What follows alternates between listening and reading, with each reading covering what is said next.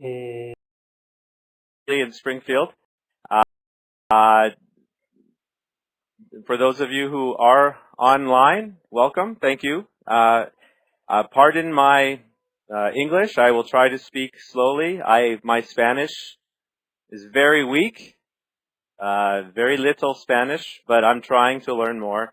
So hopefully you can understand me. I will let you know a little bit about myself. My name is Ryan Williams. I'm originally from Canada. I did my bachelor's degree in sociology at the University of British Columbia. I did my master's degree at the University of Calgary in sociology.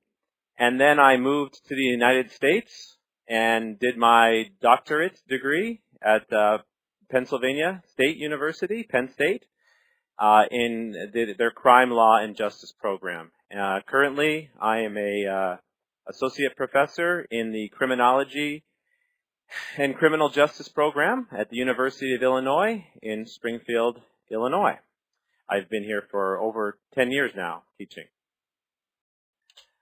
My personal research interests, what I study for mostly is juvenile young offending, young people who are committing crime, but also the victimization of juveniles and young people. I also have a interest in sports-related crime. That's violence and aggression for the most part that occurs in sport, on the field, around stadiums, and so forth. Steroid use, drug use, even things like bullfighting, which is an extremely violent sport. I'm interested in that. And then finally, I have an interest in my dissertation when I was doing my doctorate was on crime statistics and crime trends, whether there is more crime or less crime, and looking at those trends historically. I teach courses here at the University of Illinois in introductory criminology. I spend a lot of time teaching criminological theories. I teach a course in juvenile offending and juvenile delinquency. I've taught a course on gangs. Of course, I teach a course on the what I call the criminology of sport.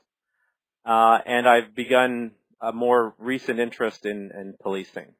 So that's just a little bit about who I am and what I teach. I know your professor, Dr. Moya Albiol. He was here visiting about a year ago, and he attended one of my lectures in my theory class. And this was a version. The lecture today is a version of the lecture that I gave to him. And he told me that even though you are all neurocriminologists, that this would be probably of some interest to you. So hopefully that's the case. I teach, as I said, I teach a course in theories of crime, mostly sociological theories, but some psychological theories as well, and sociobiological theories. And I cover a wide range of theories, from classical deterrence to social learning to Marxist models, feminist frameworks of crime. So I cover a wide range. So this lecture today is just one of those theories that I teach. It's just one example, but it's an important example in American criminology because it probably has had the greatest, one of the largest impacts on how we see crime in America, and it has become very popular across the world as a explanation of crime. We call it the Chicago School of Criminology. It evolved in the late 19th century and early 20th century, when the city of Chicago in Illinois, which is about 3 hours from where I am now, 3 hours north of us. I assume most of you know Chicago. Chicago was having a lot of changes that were occurring in the city in the early 1900s. Despite the name, the Chicago School of Criminology actually represents a very generalizable theory that can be applied to virtually any city, not only in America, but across the world. So while the theory was created and originated in Chicago, the reason we call it the Chicago School is more so because of the people who were creating the theory. Most of the researchers and scholars and professors were from the University of Chicago, mostly in their sociology departments and their psychology departments. So Chicago in the 1800s and early 1900s was a very fast-growing city. Data show that the population changed very quickly from about 5,000 people in 1833 to 1 million people by 1890. And then it doubled again in 20 years to 2 million people by 1910. So that rapid, fast population growth brought with it a lot of problems, many problems. So the researchers who were working at the University of Chicago were dealing with population change in the big city, but also things like rapid industrialization, a change in the means of production, mostly from going from farming, mostly farming, more to mass mechanization and mass industrialization. Another very important thing that was happening at the time was massive immigration mostly from Europe, Poland, Ireland, and Italy at this time were the massive immigrants were coming from.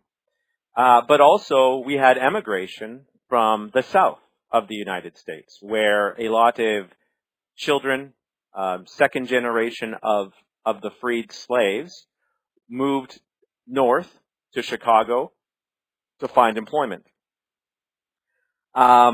We also had in Chicago at this time the prohibition of alcohol. Alcohol was made illegal at this time. And that brought with it a lot of problems, specifically organized crime and mafia and Al Capone. This is the time when that was happening. We also had extreme amounts of poverty, and when you combined lots of people moving closer together, as opposed to living out in the country, far, far away on farms, now moving all together, living together, we saw a lot of crime. Crime was increasing. So, oh, did that work? Good. Okay. One of the recurrent themes in this theory is that human behavior is developed and changed by the social and physical environment the person lives in, rather than the very popular notion at the time of human behavior being determined by genetic structure or IQ, intelligence. So we were seeing a reaction to a lot of the individualistic psychological type theories or biological type theories, more specifically the biological theories that focused on problems with the person. This theory moved more towards focusing on problems with the environment that the person found themselves living in. So this was a massive shift, a big shift from the individual level analysis of Europeans like Lombroso and Ferry and Goring, and focusing more on problems with the environment. So while the criminology to this point in history has focused on the pathology of the person, the Chicago school theorists focused on the pathology of the communities and the neighborhoods that these people were living in. And one of the influences of these social scientists were the biologists and the principle of ecology. A lot of researchers at the university were developing new theories about how the city was growing, not necessarily about human behavior, but about how the city was growing and how it was developing. And the first very relevant model was put forth by Robert Park, who claimed that a lot of human behavior, especially the way cities grew, followed basic principles of plant ecology, and animal ecology that had already been applied and documented to wildlife. So, following this notion of ecology, which is a branch of biology that really sees animals and plants as working together, living together in their habitat, but also this notion of symbiosis, that they depend on and rely on each other in this kind of single web of life. And that they rely on each other for their existence. And so when one type of plant has a dramatic change to its environment, that just doesn't affect that plant, it affects other plants. Same with animals. When one animal is introduced into an environment, that's going to have an effect on all of the other animals. They're going to be competing for resources. They're going to be challenging social structures and power dynamics, and everything changes. So in the animal world, a new species might come into a new environment and dominate it, and the other species will have to accommodate. They'll have to change, and so this notion of ecology was applied to human communities. And so researchers such as Robert Park, who was at the University of Chicago, argued that human communities were no different than plant communities. That human communities also had these symbiotic relationships amongst the residents who live within these, quote, natural areas of Chicago, but not only within the same neighborhoods, but the neighborhoods themselves interacted with each other. So we had kind of what Park called natural zones or areas. And each zone or area played an important part of the entire city's survival. So really the social ecologists looked at neighborhoods like a human body. And in English, we use terms like the heart of the city. We call highways and roads, we call them arteries. That lead into the heart of the city. So the ecologists look at cities almost like a biological organism, a living, breathing organism. And when there is an injury or a problem in one part of the city, it's going to have an effect on all of the other neighborhoods and communities within that city.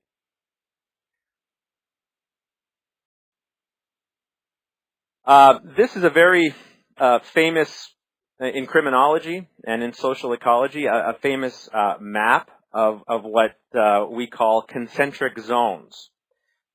These are areas, basically the prediction of the social ecologist is that cities don't randomly develop. That there is a very structured pattern for how cities develop over time.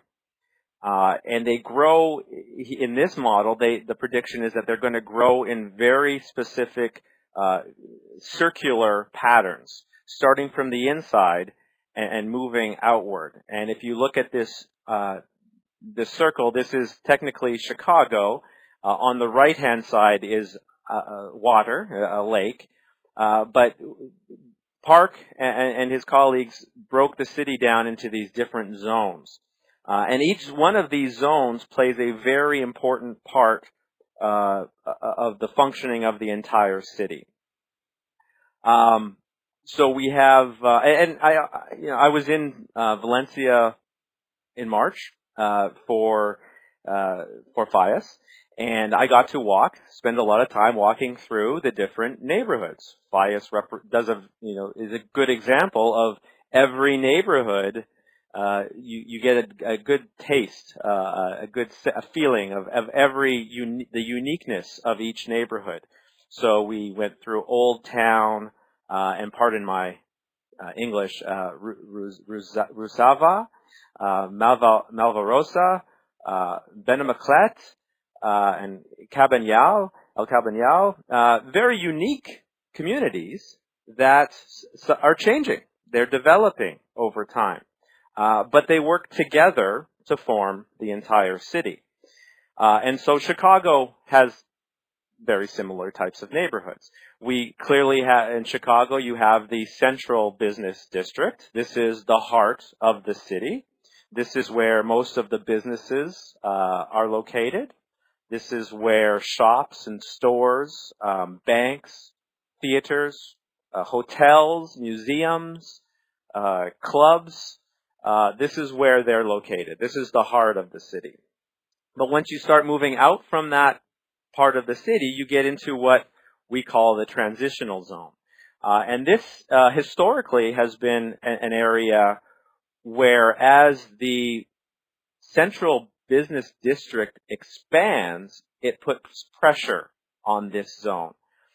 There's lots of factories in zone 2. So there's a little bit of competition and dominance being worked through here. The residents of Zone 2 often lose out. They lose the competition for space, for living conditions. So often what we see in Zone 2 of cities like Chicago are very deteriorated housing, old housing that's been that doesn't get fixed, broken windows, yards that are abandoned cars in the streets. Also, you have completely abandoned homes. So homes that are not worth saving, but have not been destroyed and rebuilt. So lots of empty houses, lots of abandoned buildings. You have lots of immigrants living in Zone 2, partly because it's cheap. It's very inexpensive. And so when immigrants came to Chicago, this is where they lived. It was close to their work. It was close to the factories, so they could walk or take a train. But it was also very inexpensive, and they could not afford to move much further. It wasn't the best place to live, but it's where it made the most sense. So you saw lots of immigrants from other cultures all living together in very condensed populations. Generations, once they made some money and had enough income, they could move out of that area. As soon as they could, they did. And they would move out more to zone 3. Let's see if I got a pencil here. Yeah. So they moved out to zone 3. Where you would have families, still small homes, very similar to some of the housing I saw around the university in Valencia. Not big yards but multiple families living in one apartment. So you had single families living there, and they would commute downtown to the heart of the city to work. So a lot of second generation, the children of new immigrants, when they had some money, they moved out to the working class zone. And then as you moved further and further out of the city, you basically had bigger yards, more expensive homes, more garages for your cars. You could 3-car garages, and then you had out in Zone 5 what we call the true suburbs. So using this model,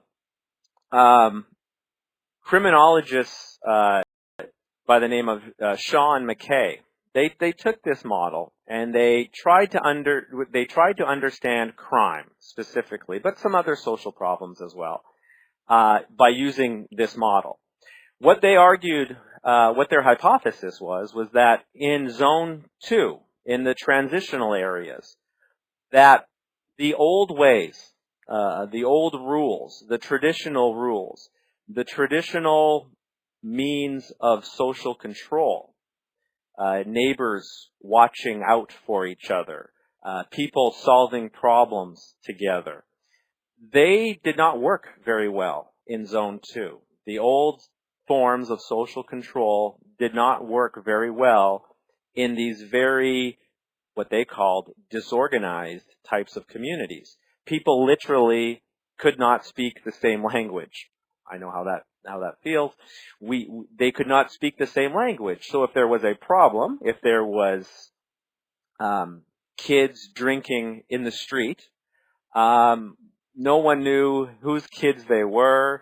No one knew how to talk to the kids. No one knew who the parents were or where the parents were from.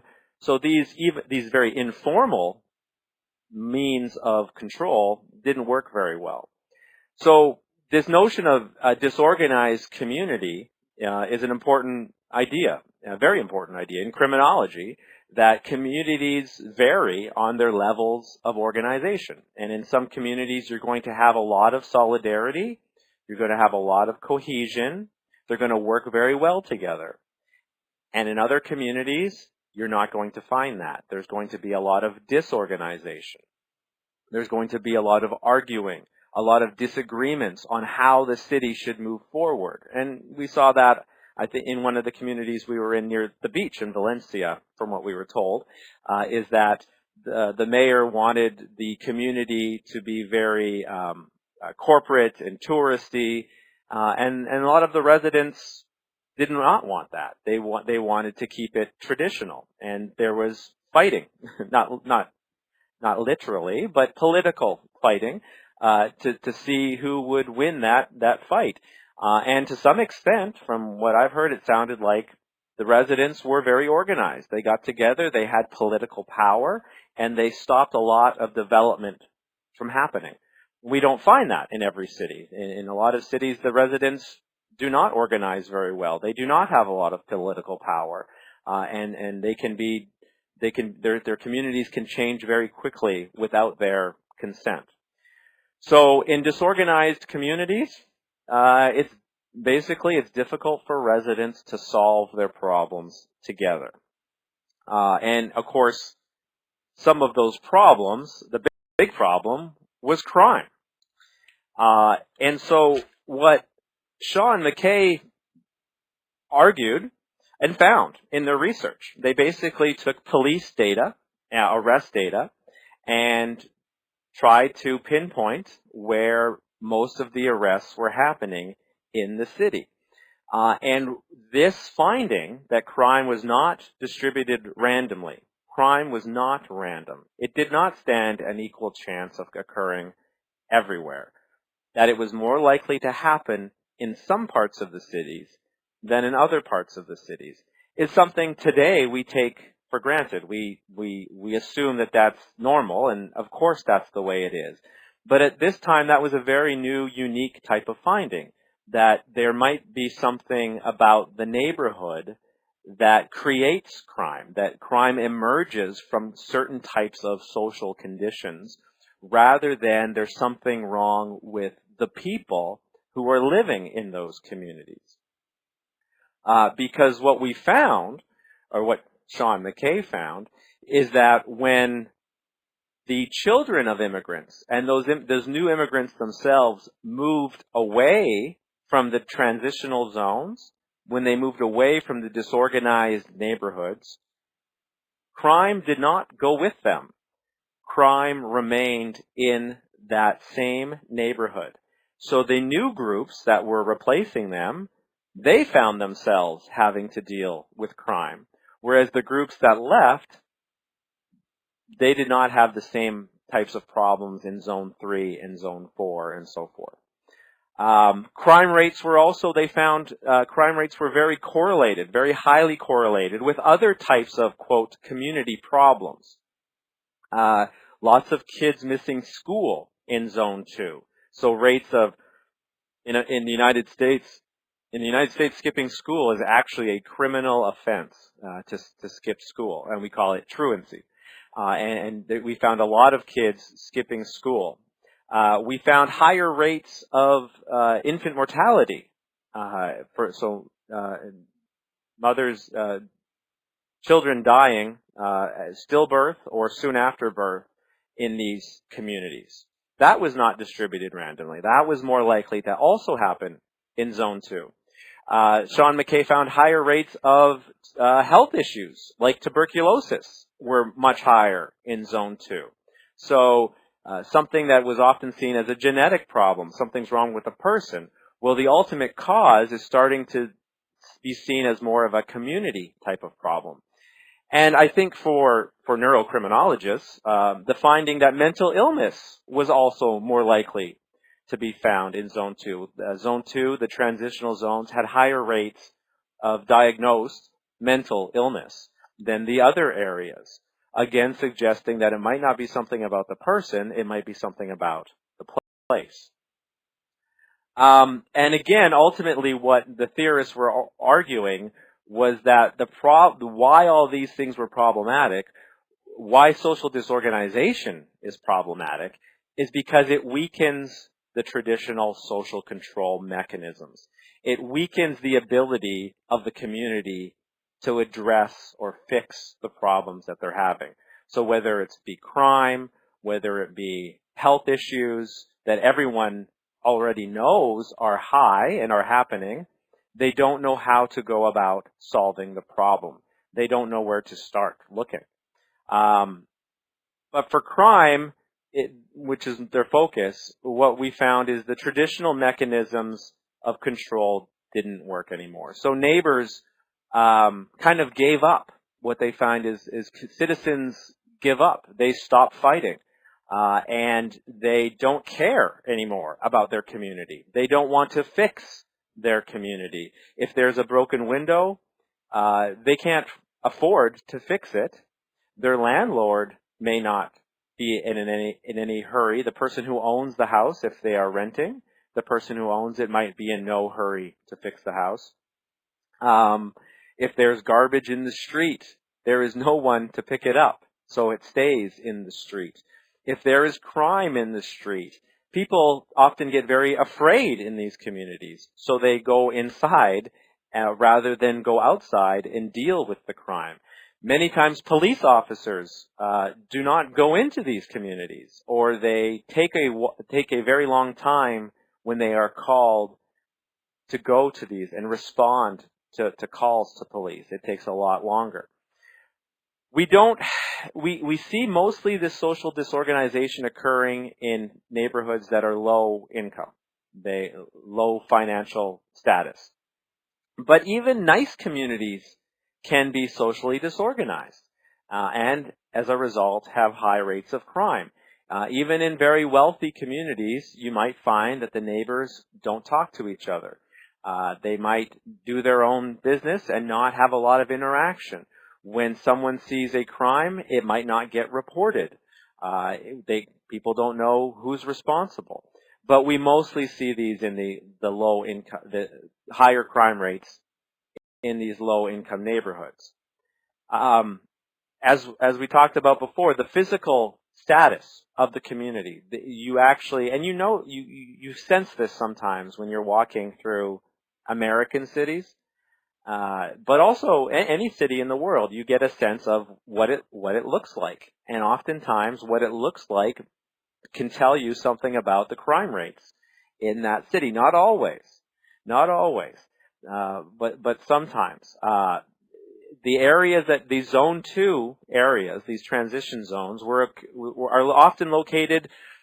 We're in Chicago, at least, located near steel mills and factories and the stockyards, very industrial type communities. So loud, noisy, polluted, which we'll talk about in a minute, polluted communities.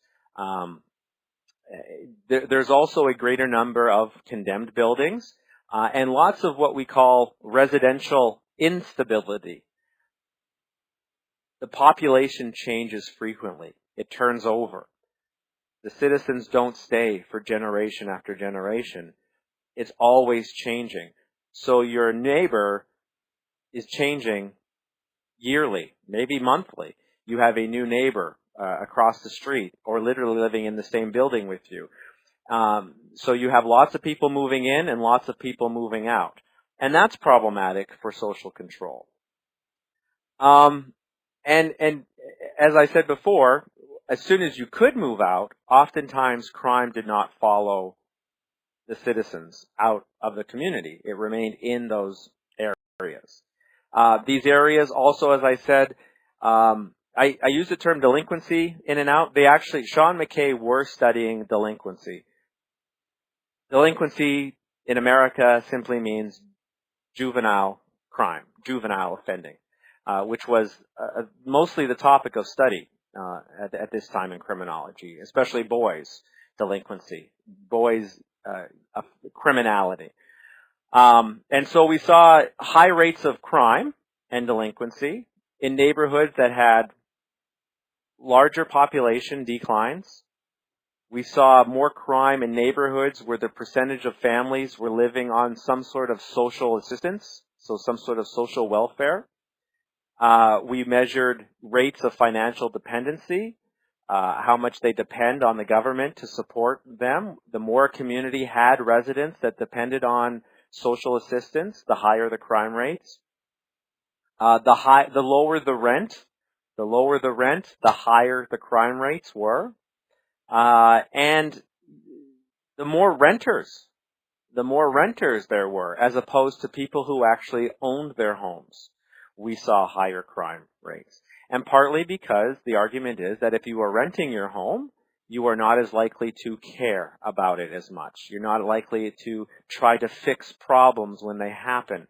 If someone moves in across the street that is doing crimes or dealing drugs, if you're renting, you might just wait it out until you can leave. I'm just living here for a few months.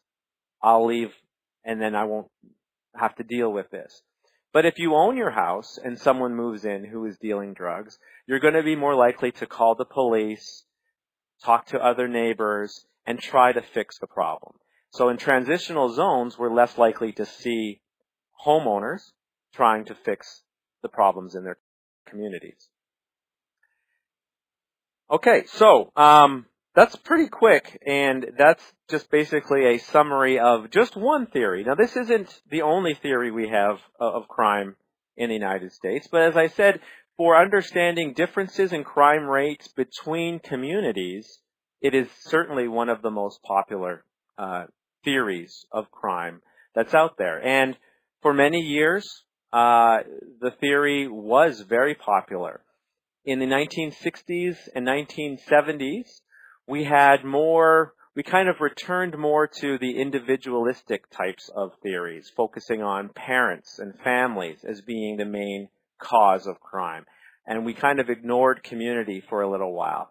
But in the late 80s and up until today, we have kind of returned back to really focusing on communities as a place from which crime emerges, rather than looking at crime as being caused by some individual level factor. However, I think it's possible to connect the two, to connect macro structural types of explanations with individual level types of explanations. And I think neurocriminology is an opportunity to do that for some people who are interested in connecting individual level pathologies, individual level problems, and not looking at them as just originating from within the body, but maybe as originating from the society from which that person lives in. So social disorganization theory does that for us. The Chicago School, specifically this notion of social disorganization, can show us the possible effects of structural level correlates on individual level differences in criminal or violent behavior. So the idea that there's something wrong with this person, okay, but what ultimately is the cause of that? There might be something wrong with their chemical makeup, their brain structure, but what caused that? Why? That is not random either. We don't randomly see problems with low birth weight across the United States, at least.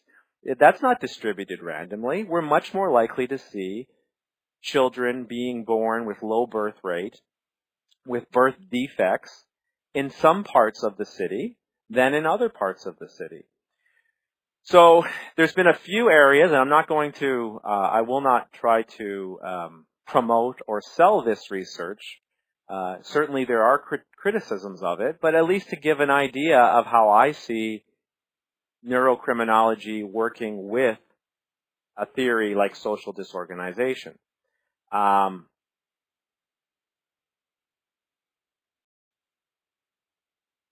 One very recent study in Chicago, specifically, I tried to focus on keeping within Chicago, although this theory has been applied across the United States, compared crime on the opposite side of the highway.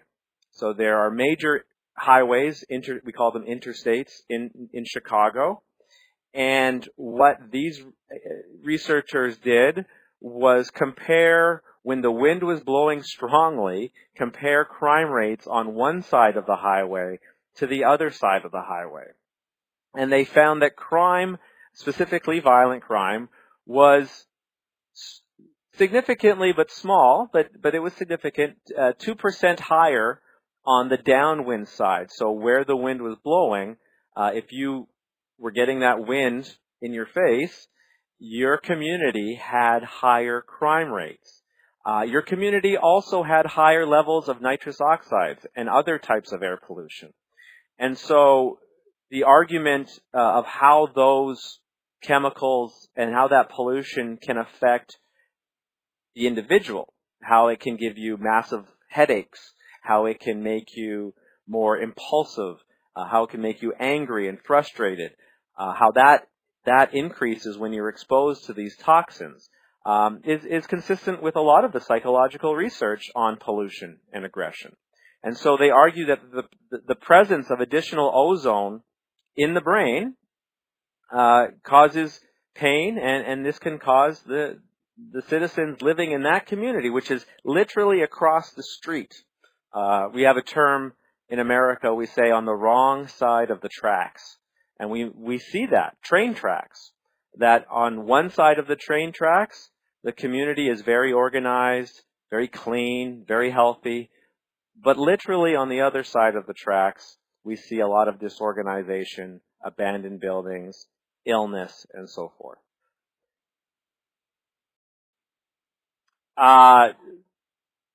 We talked earlier, and we've known this for almost 100 years, that again in America, the rates of diagnosed mental illness are not distributed randomly across communities. And so Eric Silver, about 15 years ago now, did an article where he looked at basically rates of mental illness in communities, and he found that patients diagnosed and who entered facilities for treatment for mental illness were far more likely to come from disadvantaged neighborhoods. That, again, mental illness was not being distributed randomly. Once those patients then left their facilities, he found that if you left your treatment facility and went back, which is very common in America, we have fewer and fewer mental health facilities, and they're closing them still to this day. But there was a period in the 70s where they closed a lot of mental health facilities. So when we released these patients, some of them went to very organized, nice communities, but a lot of them went to very disorganized communities. They went back to Zone 2. They went back to the Transitional Zones.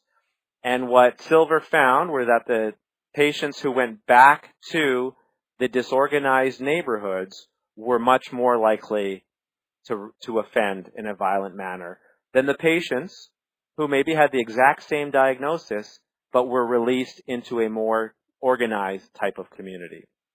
We found this difference helped us maybe understand some racial differences, that African American and white patients who lived in comparably disadvantaged neighborhoods exhibit the same rates of violence.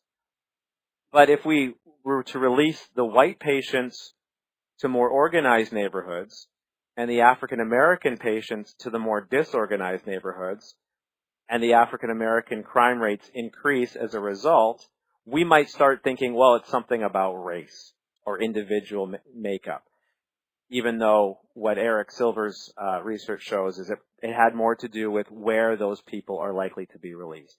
So this quote that neurobiological factors may be the origin of severe mental illness, we all agree on that, but that social factors can affect its course, how it develops, how it's treated, its manifestations, and its connections to violence. So we want to do both, to have a very complete picture and to not get any misrepresentations about the true correlates of some of this behavior. And then finally, very a popular topic in America right now is the exposure of children to lead, the element lead. And its impact on brain chemistry and synapses connecting and so forth is well known in biology. How the pathways in the brain and how lead can affect the pathways in the brain, specifically the prefrontal cortex of the brain and decision making, and that kids exposed to kids with high levels of lead in their blood have problems with impulse control, with aggression. Their IQ is affected by this. So those findings are well known. But again, what we're finding out in the United States now is where kids have high levels of lead in their blood is not distributed randomly. Socially disorganized communities are more likely to have kids with high levels of lead in their blood. They have these kids who live in these communities have high levels of lead exposure.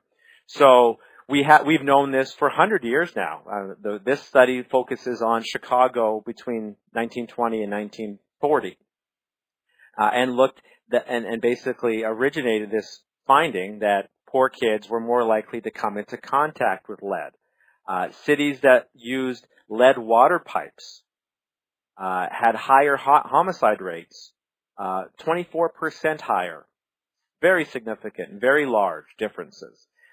So that if you had lead water pipes, that the water in those pipes, if it's acidic, will leach the lead out of the pipe. And so kids are literally, and adults, but kids with developing brains are drinking this toxin.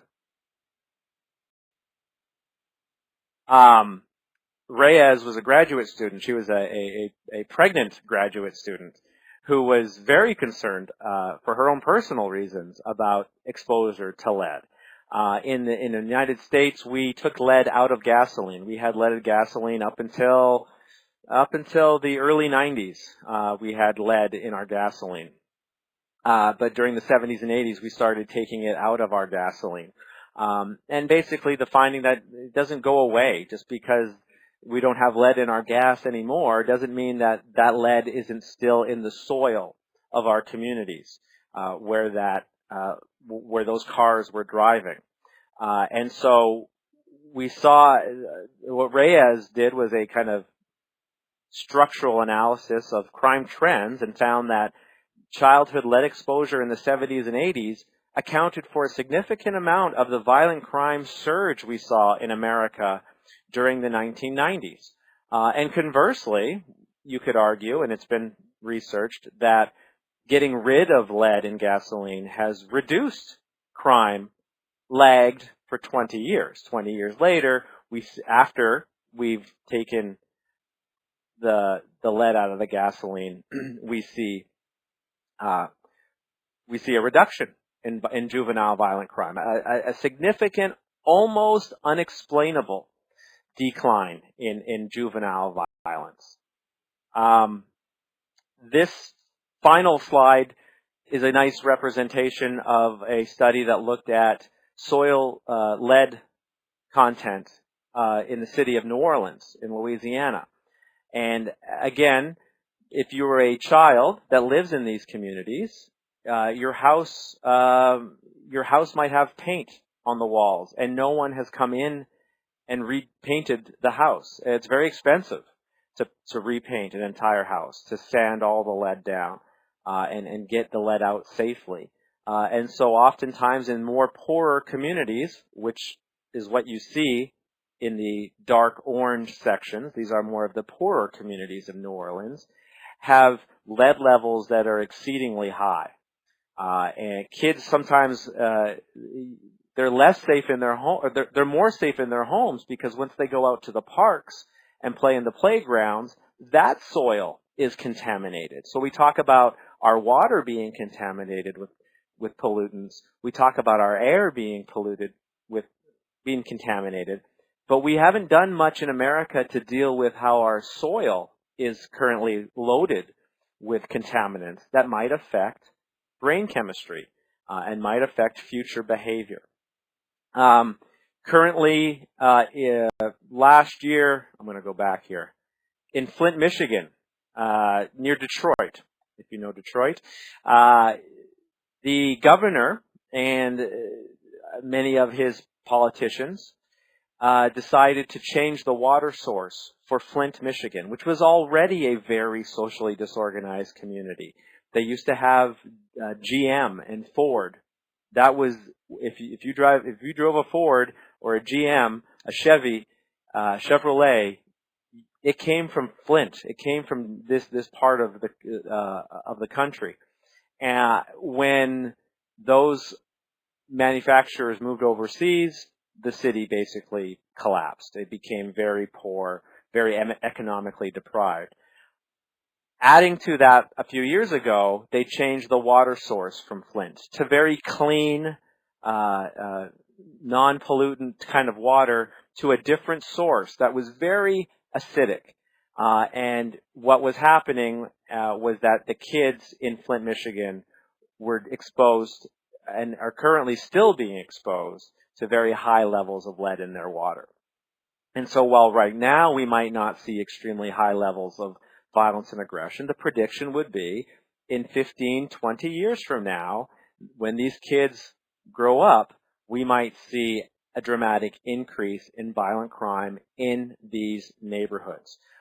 What's so tragic about the Flint case is that the politicians knew that the water had high levels of lead in it, and they did very little to deal with the fact that the water was laced with lead.